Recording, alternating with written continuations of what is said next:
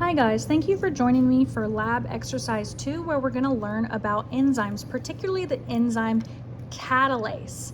Now enzymes, if you did the study material for lecture, you'll know are biological catalysts that can usually speed up or make a reaction more efficient by lowering the activation energy, the energy of activation.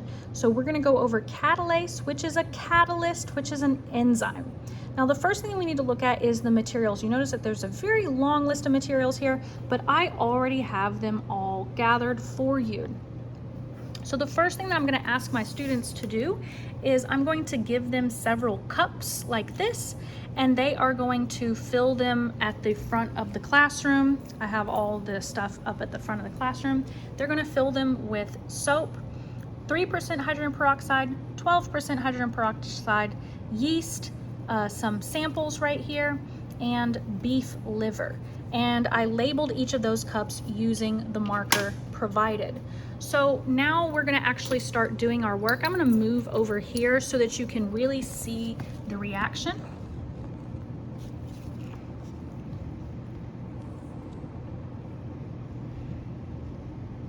And I have 12 clean test tubes. When we're done, we're going to wash the test tubes, and we should end with 12 clean test tubes. So number 1 says place about 2 milliliters of 3% hydrogen peroxide into the solution or into the clean test tube. So what I'm going to do is I'm going to take 3% hydrogen peroxide right here, and I'm going to fill my transfer pipette. You see the transfer pipette has different levels, and the top one is about 2 milliliters. Now it's not exact, but that's okay. We want about 2 milliliters, and I'm going to take one of my clean test tubes and move it over here. So work on filling up that test tube, or filling up the transfer pipette all the way up to the top and placing it into the test tube. Okay, so now I have just a little bit of hydrogen peroxide, 3%, in the bottom of my test tube. Number 2 says using forceps, place a very small amount of beef liver into the test tube and push it into the hydrogen peroxide. So I have a little bit of beef liver, and I'm going to place it into the test tube, and I'm going to kind of work it down to the bottom.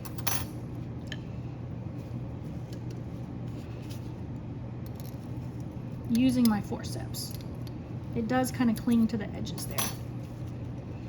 Okay, now when I'm seeing it, it's gonna start to bubble and react. This is the hydrogen peroxide breaking down when it comes into contact with the liver. Liver contains something called catalase. All right, so looking at here, this is about the level of our reaction. So our bubbles went all the way up to right here. I'm going to call that a level 4. It's a very subjective way of measuring, but we're going to call that a level 4. If it goes above, it's a level 5. If it doesn't react at all, it's a level 0. All right, it says, recall the reaction. Oh, I'm so sorry, I skipped ahead. What gas is being released? We're observing these bubbles. We're going to look at what gas is being released. Well, I'm going to look back on my paper.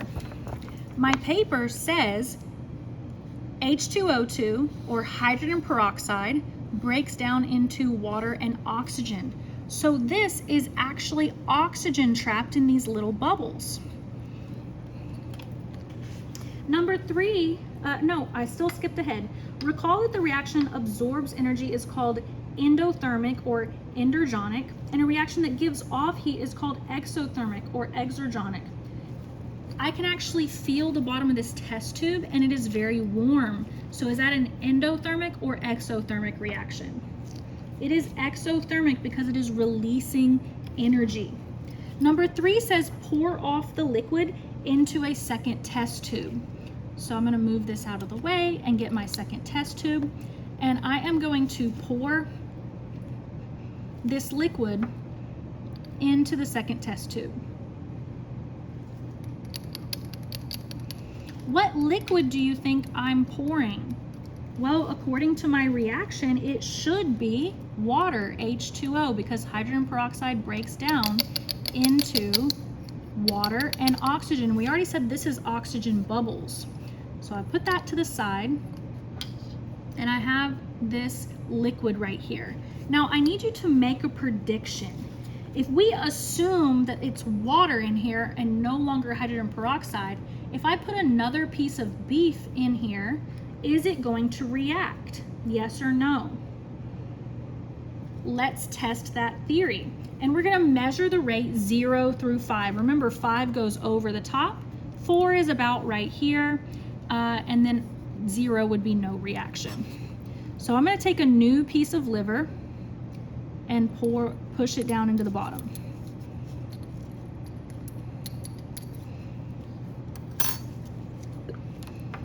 Now, I don't see any bubbles. It'll take a minute for the camera to adjust. There we go. I don't see any reaction going on at all. So I'm going to call that a 0. That is a 0 reaction. So I'm going to set that to the side. Number 2 is going to ask you to reuse the first test tube. So we're reusing the first test tube. Remember, this beef has already been used and this hydrogen peroxide has already been used. So it's actually asking us to add 2 more milliliters of hydrogen peroxide. So I'm going to do that now.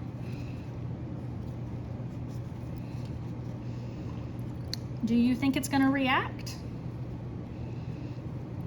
Remember, we've already used the liver and and now we're adding new hydrogen peroxide. So the bubbles will kind of get in the way. I'm going to try to get some of those bubbles to go down. All right. New hydrogen peroxide, oh my goodness. It is bubbling immediately and it reacted immediately. Those bubbles are really, really dense and they're almost going over the top of the test tube. So that's a really strong reaction. And this is the used up piece of beef. We already used this piece of beef. So in number 4, it's asking you, is the catalase reusable? Well, actually, yeah, because we got a reaction rate of almost 5, maybe 4.5, maybe 5. So definitely, oh, it's coming off of the top now. So definitely, yes, it's reusable.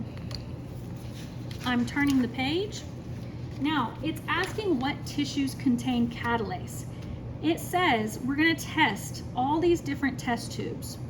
So, place 2 milliliters of hydrogen peroxide in 4 clean test tubes. So I need 1, 2, 3, 4 clean test tubes. And I have my clean test tubes here. And I have my 3% hydrogen peroxide. I'm going to put 2 milliliters into each test tube. Remember, I want to fill it all the way up to the top.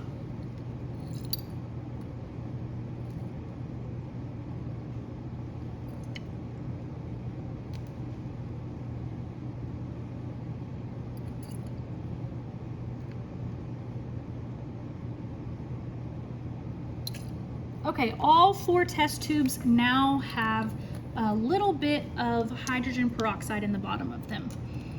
And remember, this is 3% hydrogen peroxide. This is what you would buy at the drugstore. Okay, after that, it says, as you add each test substance, record the reaction rate of 0 through 5. So I'm gonna get my test substances. In this chart, it says apple, potato, yeast, and eraser. So here I have my samples, and here I have a little bit of yeast.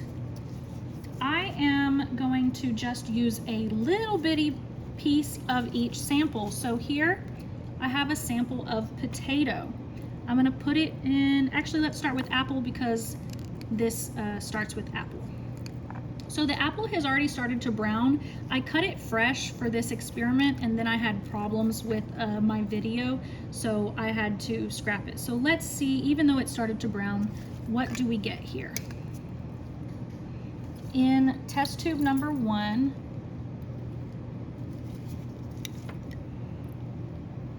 it is bubbling just ever so slightly. You can see bubbles coming off of the apple. And we have just a little bit of bubble coming off the top. So there is catalase present, but it's not very strong, not very much. I'm going to put that to the side. Now I've got my second one. I'm going to use potato.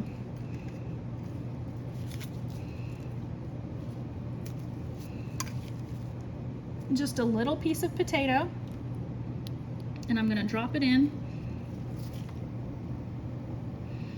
It's foaming up way more than the apple did, but still not nearly as much as the liver. I see lots of bubbles coming off of it.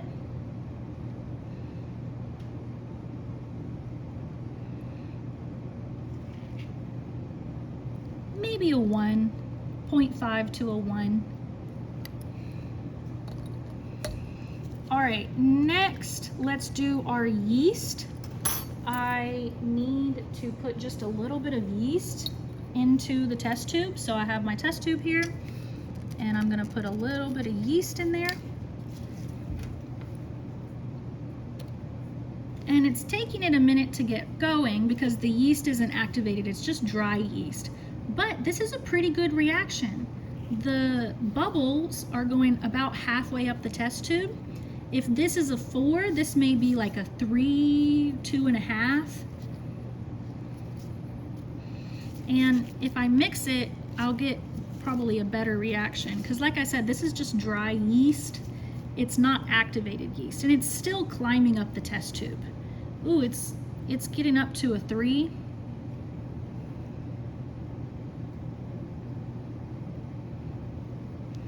So what's reacting is this little bit of yeast down here in the bottom.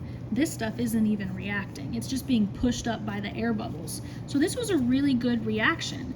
Maybe even yeah, I would say a 3.5. So I'm going to set that one aside. The last one is a polymer eraser. Now, a polymer eraser doesn't have any living cells in it.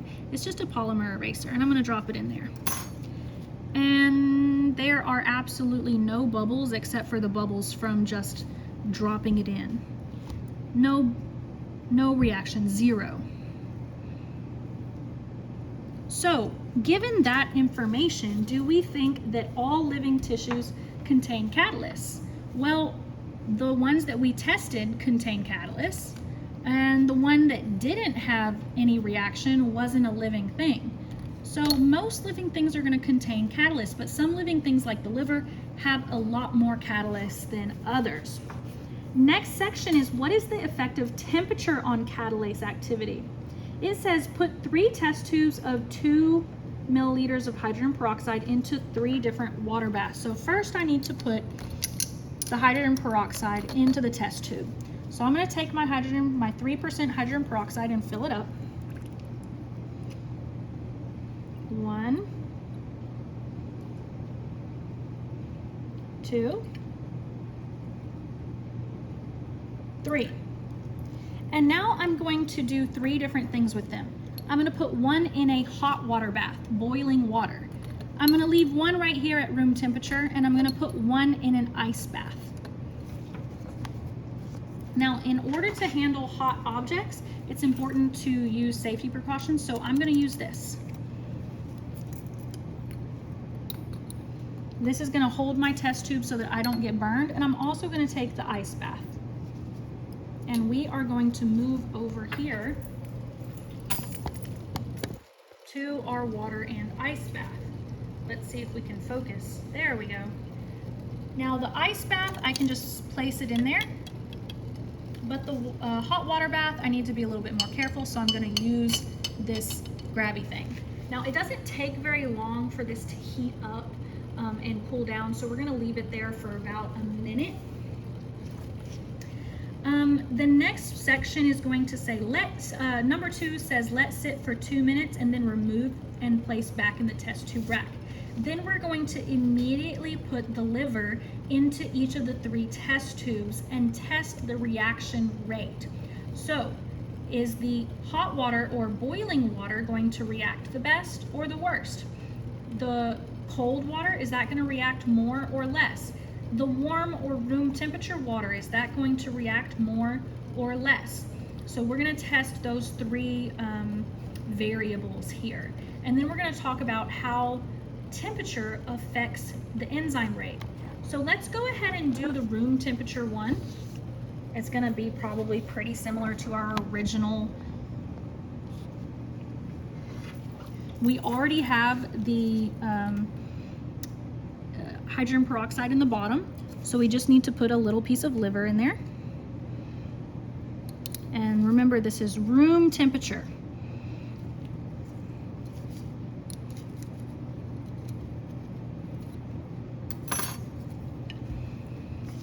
All right, at room temperature, we have a pretty good reaction. Still sticking to the sides. It's going up slowly.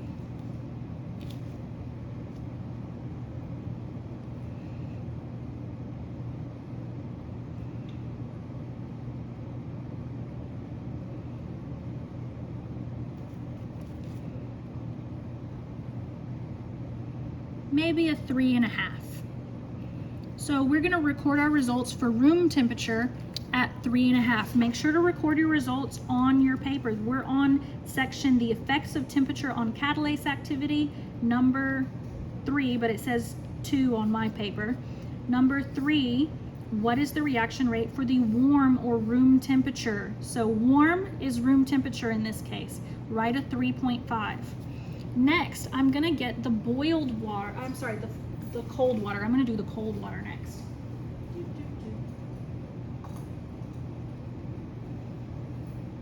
Okay, this is cold hydrogen peroxide. It's been sitting in an ice water bath, and I'm going to add a little bit of liver to this very cold hydrogen peroxide. Try to get it down in the bottom there.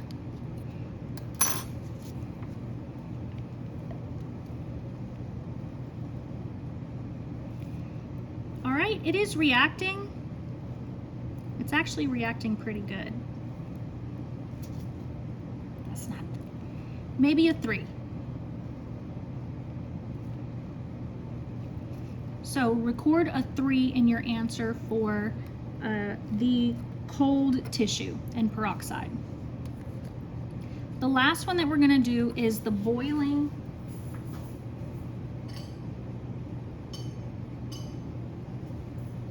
And remember, this is very hot. I'm going to put my tissue in. Ooh, it slid right down in there. But it's not reacting. So the heat actually denatured the catalase. There's actually like a little layer of bubbles around the liver, but it's not reacting. So maybe a 0.5. So we definitely don't want to boil the catalase because that will denature the protein and destroy the protein. I'm not quite sure that I left the cold one in long enough because the cold one is looks pretty well reacted, and I was last time I did this, it was not as strong of a reaction in the cold. But we're still doing good. So how does temperature affect the catalase enzyme? Well, room temperature works the best, or warm works the best. We don't want our tissue to be too cold, and we don't want our tissue to be too hot. Let's talk about pH. What is the effect of pH on catalase? So we're going to add hydrogen peroxide to 3 clean test tubes. So we have 3 test tubes left, 3 clean test tubes here. And we're gonna add hydrogen peroxide. 1, 2, 3. All right, we're going to add 3 drops of an acid, 3 drops of a base, and 3 drops of a neutral or water to our 3 test tubes.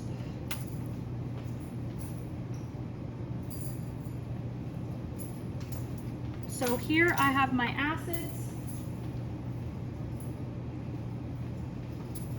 my base, and my water. The first one is acid, and this is acetic acid or vinegar.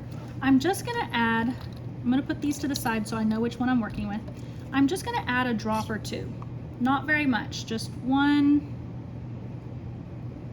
2 drops of my acid. I'm gonna let that mix a little bit, and I'm gonna put my liver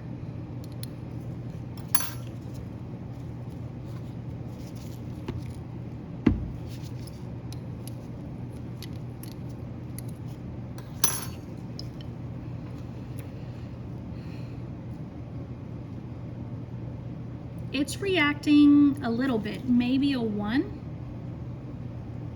Again, this is a really subjective way of measuring a reaction rate, but it's the easiest and kind of fun way to do it.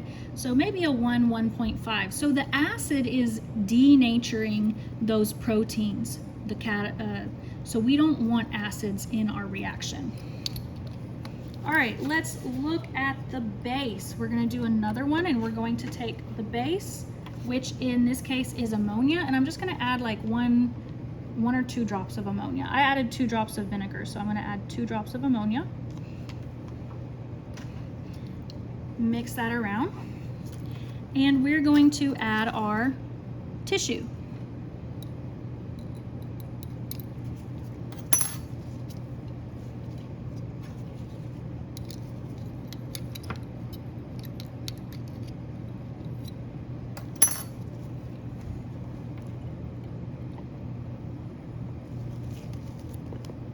All right, the tissue went down in there, and it is reacting pretty vigorously, actually.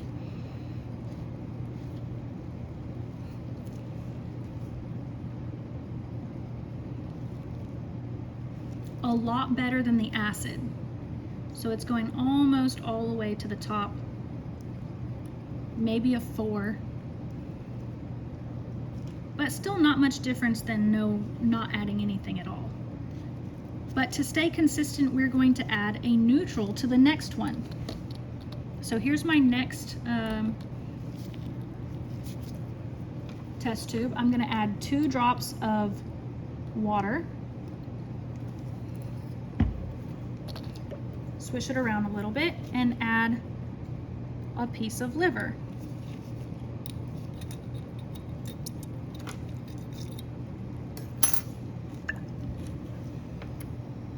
And it is reacting pretty vigorously.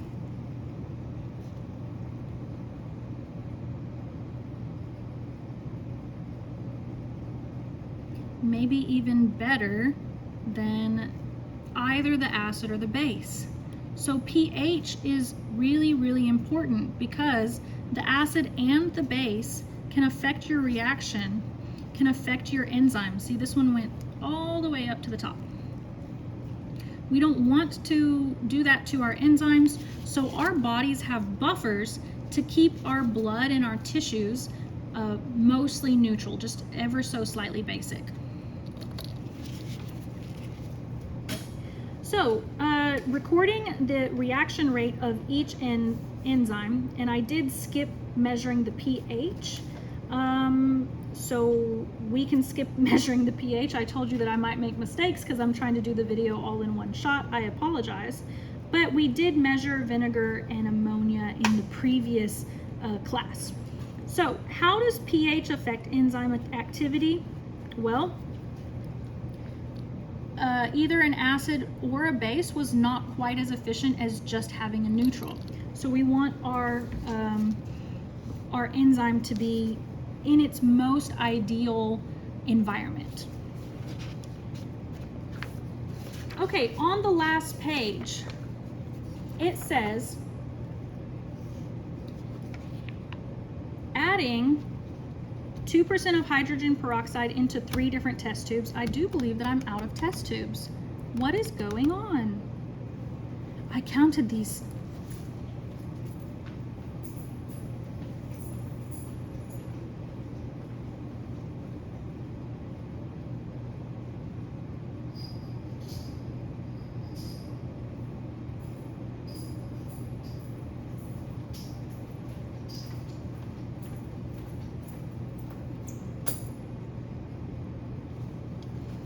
Okay, I got 3 new test tubes, forgive me, and we're going to add 2 milliliters of 12% hydrogen peroxide. So we're no longer using the 3% hydrogen peroxide, we are now going to be using the 12% hydrogen peroxide.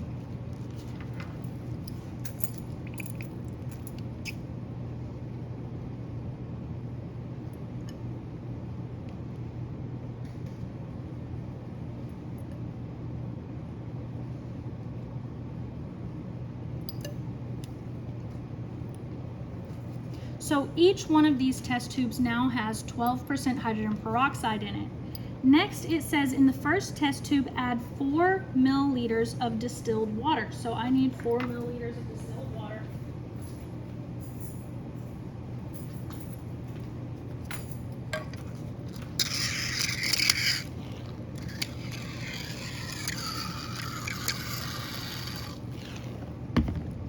Here's my distilled water.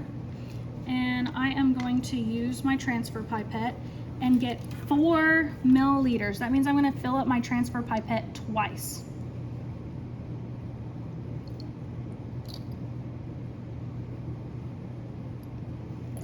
This is now roughly 3% hydrogen peroxide. In the second test tube, I'm going to add 2 milliliters. So just 1 transfer pipette. And in the last test tube, it is pure 12% hydrogen peroxide. So we have 3 different concentrations of hydrogen peroxide. Let's see what happens when we add liver into each of them. So the first test tube is going to be my 3% hydrogen peroxide.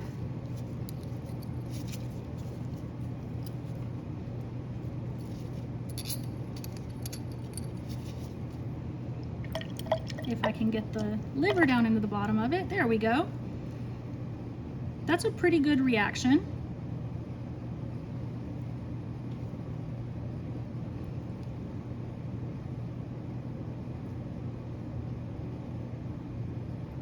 I do believe that my hydrogen peroxide is way stronger than it was last year because I bought it new, and hydrogen peroxide degrades over time. So we're overflowing the top. That was a really, really great reaction. Let's try 6% hydrogen peroxide. Now this is even stronger peroxide. You can still see it going back there.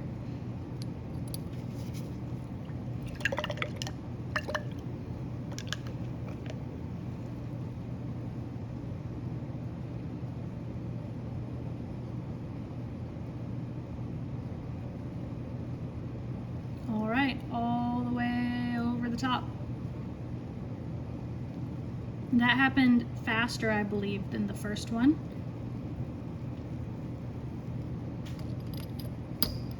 And now I'm going to do the last one. This is pure 12% hydrogen peroxide. So let's see what happens with 12% hydrogen peroxide.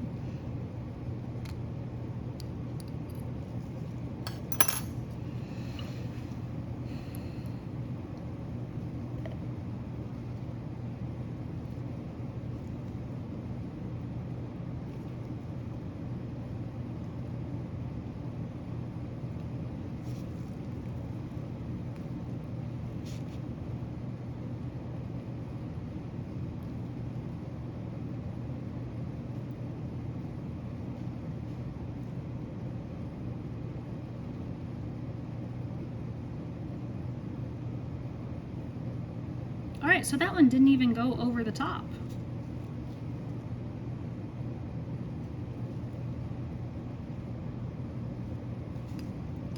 So if we compare these three, it looked like 6% hydrogen peroxide actually worked the best.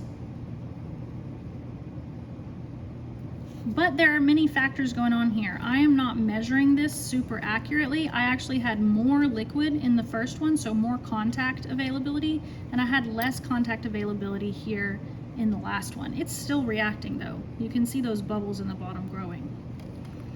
So let's stick this to the side. We're no longer working with this. We're now going to be working with this Erlenmeyer flask.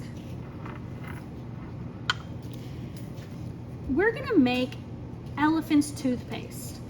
So Elephant's toothpaste, you may have made it before, and it's a pretty fun little reaction. In fact, I'm gonna get a tray.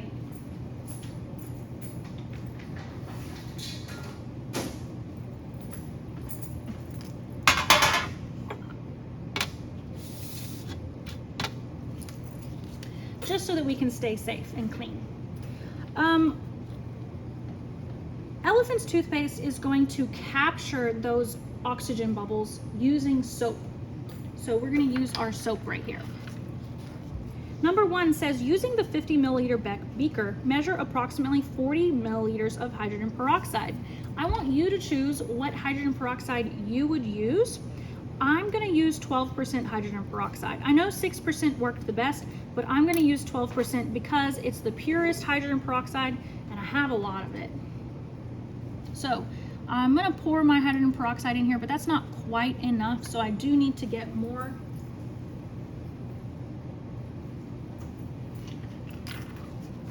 Of this hair developer. So about 40 milliliters in this small beaker is right here. And I'm going to pour that into my Erlenmeyer flask. And I don't want this to react in any way, so I'm going to rinse it out.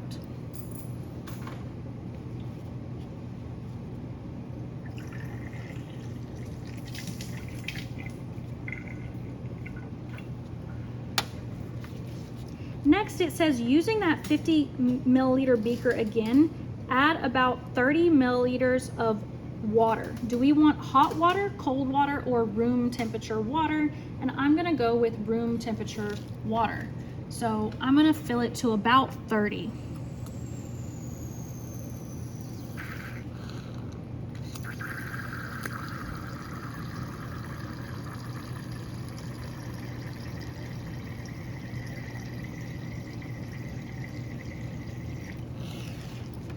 So here I have about 30 milliliters of water. It says measure 1 tablespoon of either apple, potato, or yeast. Well, if you go back to the earlier sections where we tested whether apple, potato, or yeast worked the best, it was yeast. Yeast worked the best. So I have approximately 1 tablespoon or half a tablespoon of yeast. And I'm gonna put that right here. And I want to kind of stir it because I want this yeast to bloom.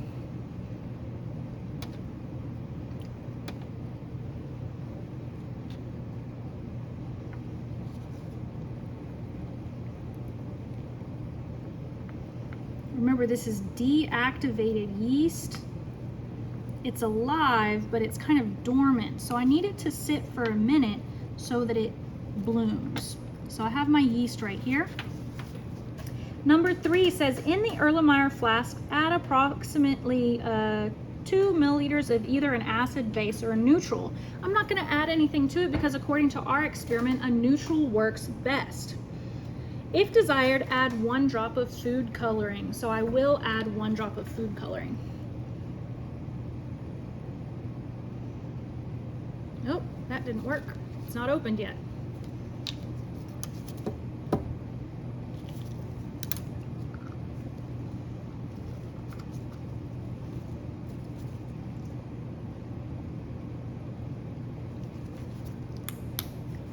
Next, it says add about half a tablespoon of liquid dish soap. So I have my dish soap and I'm going to add it to my Erlenmeyer flask.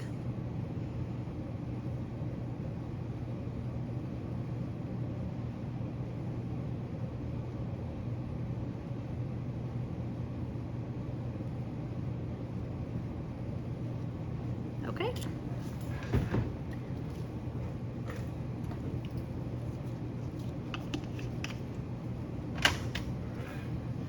Now I can see my Erlenmeyer flask. I'm going to give it a good swish to mix in all that dish soap. And I can see that my yeast is doing okay. It smells like bread.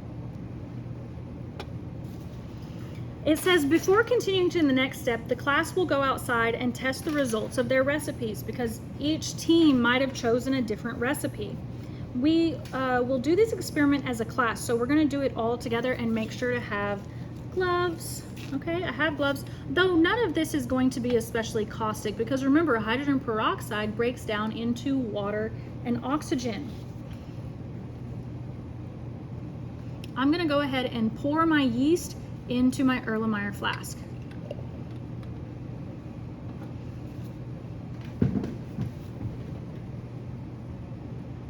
That's a pretty good reaction. I get lots of this fluffy stuff that looks like elephant's toothpaste. So that's why we call it the elephant toothpaste reaction. And if I feel it, this foam is actually very warm. This reaction happened very quickly, but it is exothermic. It's warm. And it's okay to touch. It's just soap and water at this point. Soap, water, and oxygen bubbles. So once the hydrogen peroxide has all reacted, we're left with the byproduct of soapy water. Down at the bottom, it says answer the questions below. What are the reactants of this reaction? Well, they're written for you on the first page. The reactant is the hydrogen peroxide, and the catalase is going to affect that reactant, hydrogen peroxide. What are the products of this reaction? Well, the product is soap, well, not the soap, the water and the oxygen. The water and the oxygen is the products. And then it says, what are the independent variables? Well, the independent variables are everything that we changed on the last section. We chose 12% hydrogen peroxide, so that's a variable. We chose room temperature water, so that's a variable. We chose yeast, that's a variable. We chose neutral, that's a variable.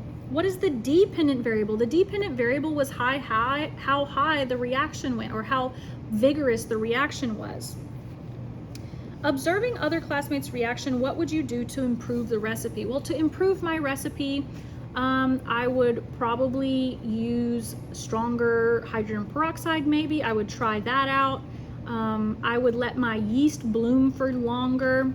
I might use liver puree because the liver reacted a little bit better than the yeast does. So there's different things that we could do to improve our reaction. Thank you for joining me for this week's lab. I hope that you had fun with it, and I will see you next week. And please don't forget to take your lab quiz. Remember, keep these pieces of paper because you get to use them to take your quiz in lab. In lecture, you also have a quiz due every Friday at 5, but you do not get to use notes for that one. So make sure that you're using your notes for your lab quiz and you're not using your notes for your lecture quiz.